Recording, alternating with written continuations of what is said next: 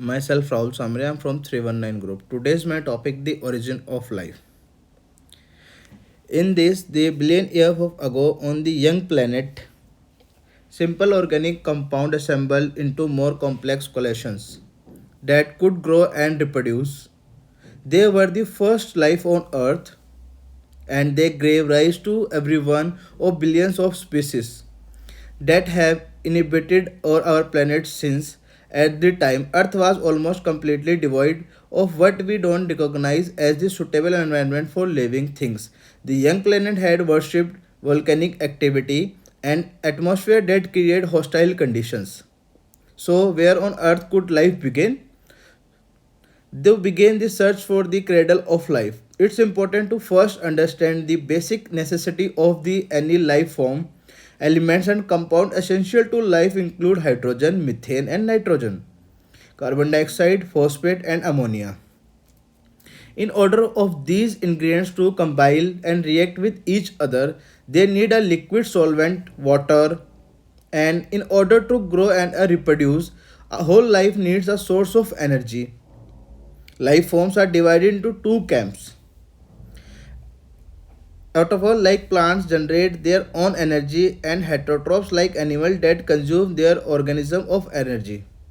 The first life form would have had the organism to consume, of course, so it must have been an autotroph generation energy either from the sun or from chemical gradients.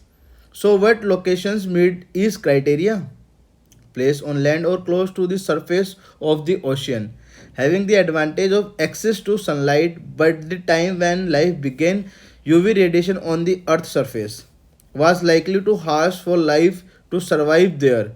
On setting offers protection from this radiation and alternative energy source.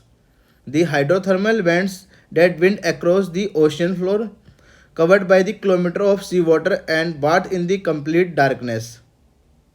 A hydrothermal vent is fissure in the earth crust, see whatever seep into a magma chambers and ejected back out at the high temperature, along with the rich slurry of minerals and simple chemical compounds. Energy is particularly concerned at the step chemical gradients of thermothermal vents. There another line of evidence that points of the hydrothermal like last universal common anchor of life or Luca sorts. Luca was the first life form, but it's far off back, so we can trace. Even so, don't like what Luca look like. Still around. Instead, scientists identify genes that are commonly found in species across all three domains of the life that exist today. Since these genes are shared across species and domains, they must have been inherited from their common ancestors. These shared genes tells that Luca lived in the hot oxygen-free place that harvests energy from a chemical ingredients like such one hydrothermal vents. There are two kinds of hydrothermal vents, black smoker and white smoker. Black smoker release acidic carbon dioxide in rich water heated to 100 of degrees Celsius and packed with sulfur, iron, copper, and other metals essential to life.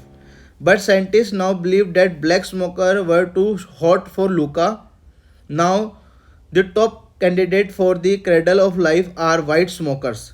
Among the white smokers, a field of hydrothermal vents on the mid-Atlantic ridge called Lost City has become the most favorable candidate for the cradle of life.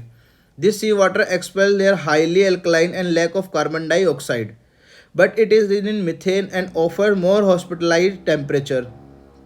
Adjunct black smoker may be contribute the carbon dioxide necessary for life to evaluate the loss of city, giving the all components to support the first organism they radiated into the